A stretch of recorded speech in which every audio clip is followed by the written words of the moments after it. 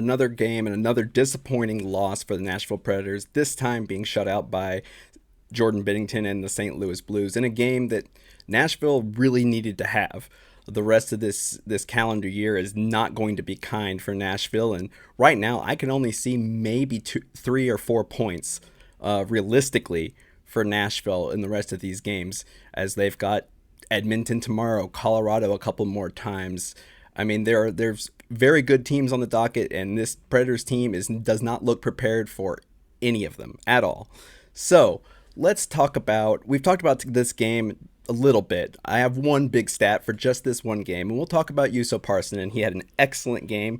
He had more expected goals than anybody on either side of the ice with points with .74, which is extremely good, with 5 scoring chances and 4 high danger chances. So Juuso Parssinen had a great game. He created 2 rebounds as well, which is excellent.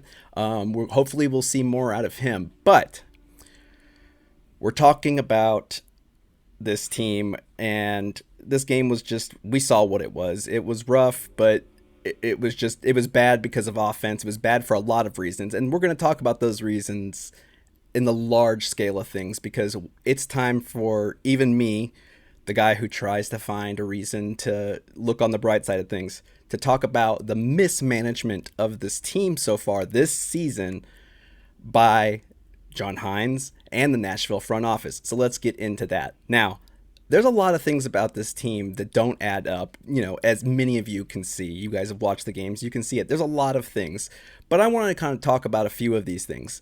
And all of these either relate to either coaching or asset management by general manager David Poile. So let's talk about one that has stuck in my craw a little bit this season. It may not have necessarily much to do with this until later, but let's talk about the myth of the Nashville is coming off of a long break between games.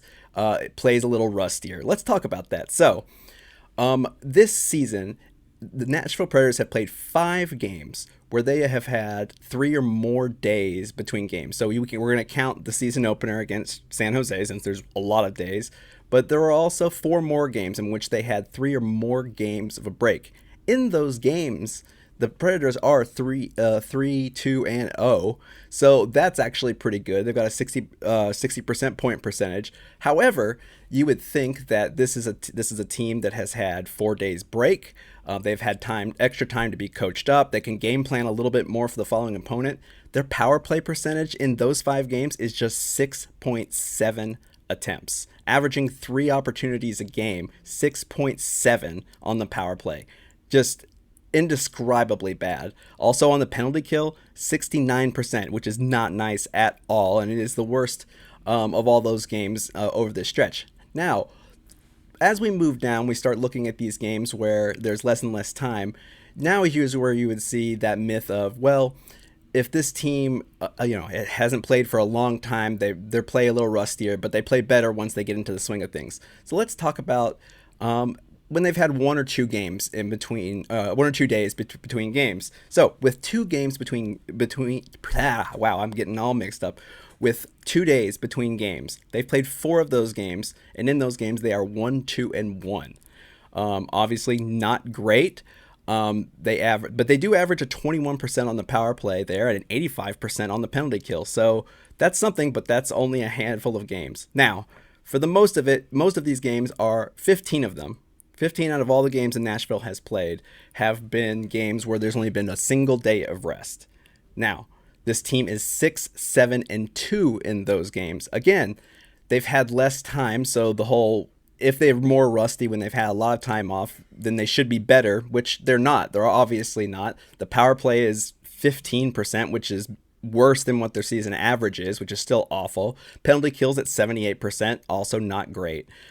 But then when you look, oddly enough, they've had 2 games where they've come off 0 days rest. So 2 games on the back end of a back-to-back, and hey, they're undefeated, 2-0, 33% on the power play on 6 total chances. So yeah, that's pretty good. But if you still look at this, though, it tells you one thing. One, that having the extra time doesn't seem to be really the case for why this team plays badly. In 5 of those games, they 3-2, but they were awful on the power play, meaning If they didn't have all that time to practice the game plan for that specific opponent's penalty kill style, and to work on the power play, all that extra time, you can spend a ton of it in practice. That points to a coaching thing for me. So let's move on a little bit. Now, on this team, we've talked about how badly the team has struggled on offense. I mean, it's god awful. They are right now 31st in the NHL in goals for. 31st. Not good at all. But let's talk about what they have on this team. Now, oddly enough, if looking at the breakdown of the team, if you look at every single player who has played for the Predators this season, and let me pull that one right up.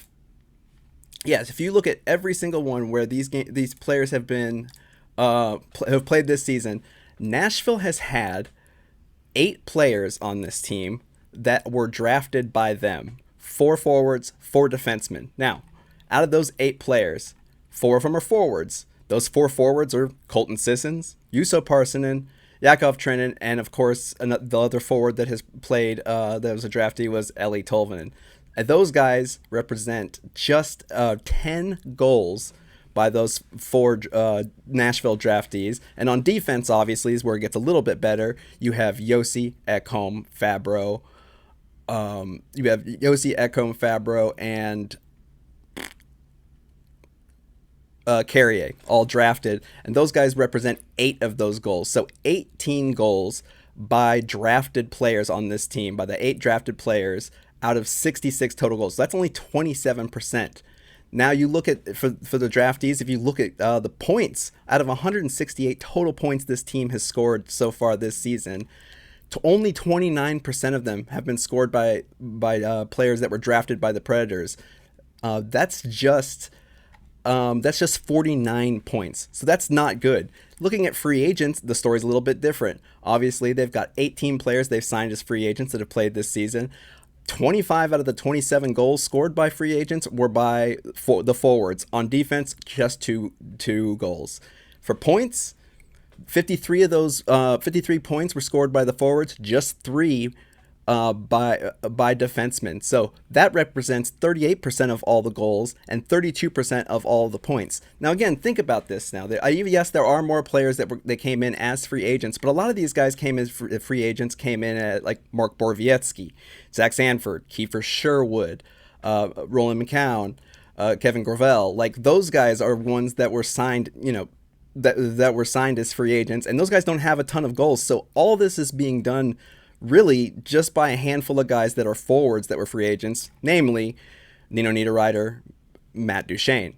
So next, we look at the players that come over in trades. That's 7 players. So that's the least amount on this team. There were 8 draftees, 11 free agents. 23 goals were by players that were traded to the Nashville Predators, which is 35%. And 68 points by players that were traded. So that's 68. That's 41%. So breaking this down, I know I broke this. I talked a lot about this and went into some detail. But for goals, 73% of the goals from this team all come from players that weren't drafted by the Nashville Predators.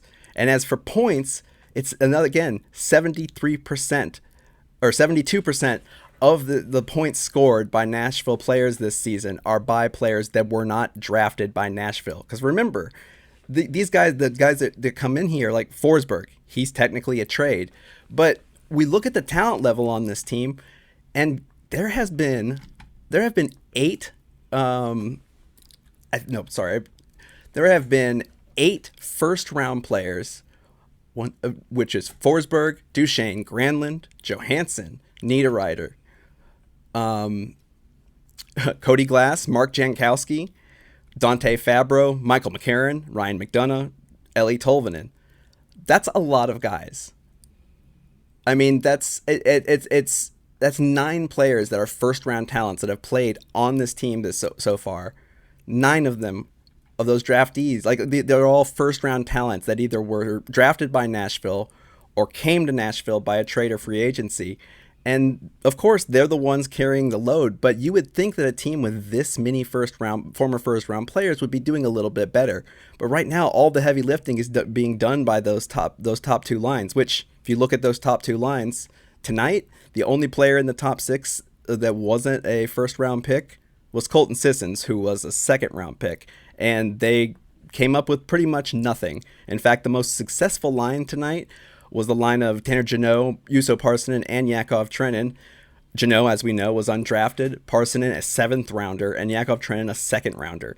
So that's where the production came from tonight for the Nashville Predators, or from those guys that came from the seventh, undrafted, or the second round, which is not a great look. But let's move on some more. So again, 29th on the power play. Inexcusable. There is zero movement on the power play on this team. It is not like the injuries have caused any issues with the power play. All the injuries so far, for the most part, have been limited to defensemen who are not playing on the power play. So they don't have the excuse of their not having the right guys or not having the best players for it. They've got the best players out there on the power play.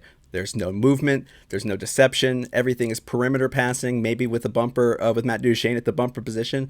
But it's surprising it's not surprising at all that they only have 15 goals on the power play. And I imagine a large amount of those are shots that were taken by Roman Josi or somebody from the perimeter that were deflected or tipped in. So they're not taking high percentage shots, and it's showing. Again, this is a coaching thing.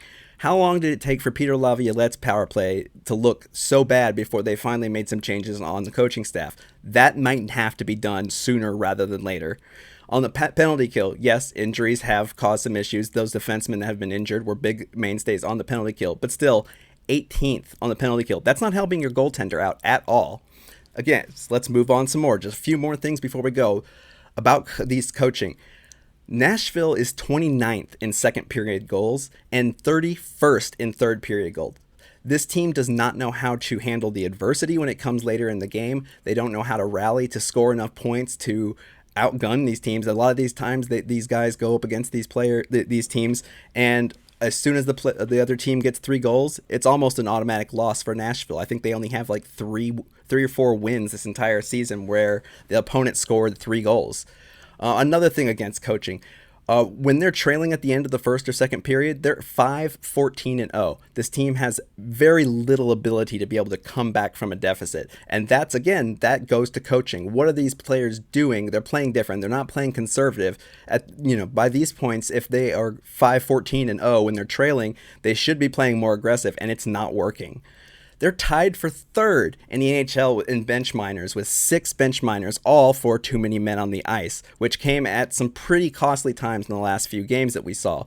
Again, this is purely a coaching thing. Yeah, discipline, you could say that the player's been doing, but this is something that the coaching should be doing a much better job at fixing.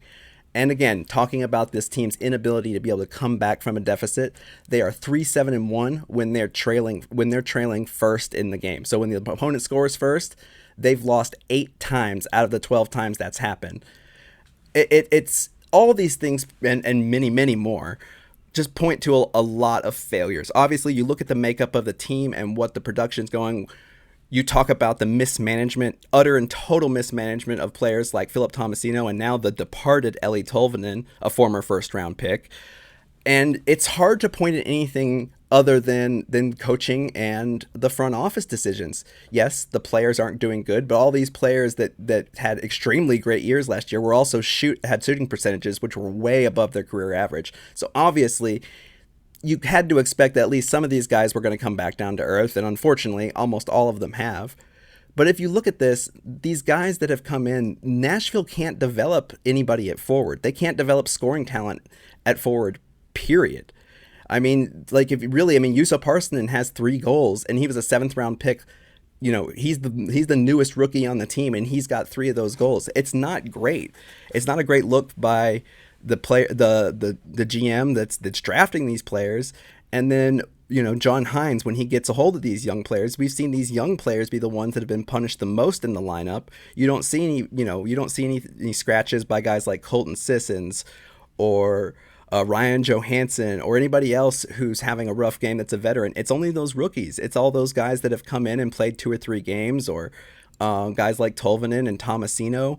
They haven't gotten a chance, but some of the veterans who have been around longer, who aren't performing as well as they should at all, are still getting way more chances. And honestly, we're getting to the point where Cole Smith, it's almost like a credit to the fact that he's a younger player that's gotten more time, because he hasn't contributed any goals so far, but It's getting hard pressed to find more than 2 or 3 guys on the Nashville Predators team that are playing better recently than he is, and which just shows how bad this team has looked. This team is not built for the playoffs. This team is not built to be buyers at the deadline. This team is not built to do anything other than look forward to possibly getting a lottery pick. And if that's the way that goes, then maybe it's a good thing in hindsight as we look back on it 2, 3, 4 years ago. They're a lottery pick. That means that they were truly a bad team. Changes probably had to happen, and will finally kickstart the Nashville Predators into finally admitting that they need to rebuild. Yes, they've got a lot of great pieces. They've got a great core, and they've got guys they really can't move. But what they're doing right now is not working. And at this point, with this team and the way that they're playing, I'm not sure even a Barry Trotz could come in here and turn this around. But I think if there's one reason that this team could turn around right now, it might have to be coaching, whether that be assistants for the special teams, whether that's head coaching, or maybe even with the removal of David Poile as general manager. Bill Haslam met with the board of executives today to talk about future majority owner, and I can't believe that that's not a coincidence given the news with Eeli Tolvanen claimed by Seattle. I think there's a lot of change coming. We've said that a few times over the last few years. We said that in the last few years of Peter Laviolette's tenure. It's not been great. Something's going to happen. I've never been more positive that something is going to happen before the end of this season, because right now this team is frankly an embarrassment. And I know I went on for a while, Charlie, but I'm going to hand this back to you because you know what? I'm like a lot of Predators fans. I'm real tired of watching this team. I'm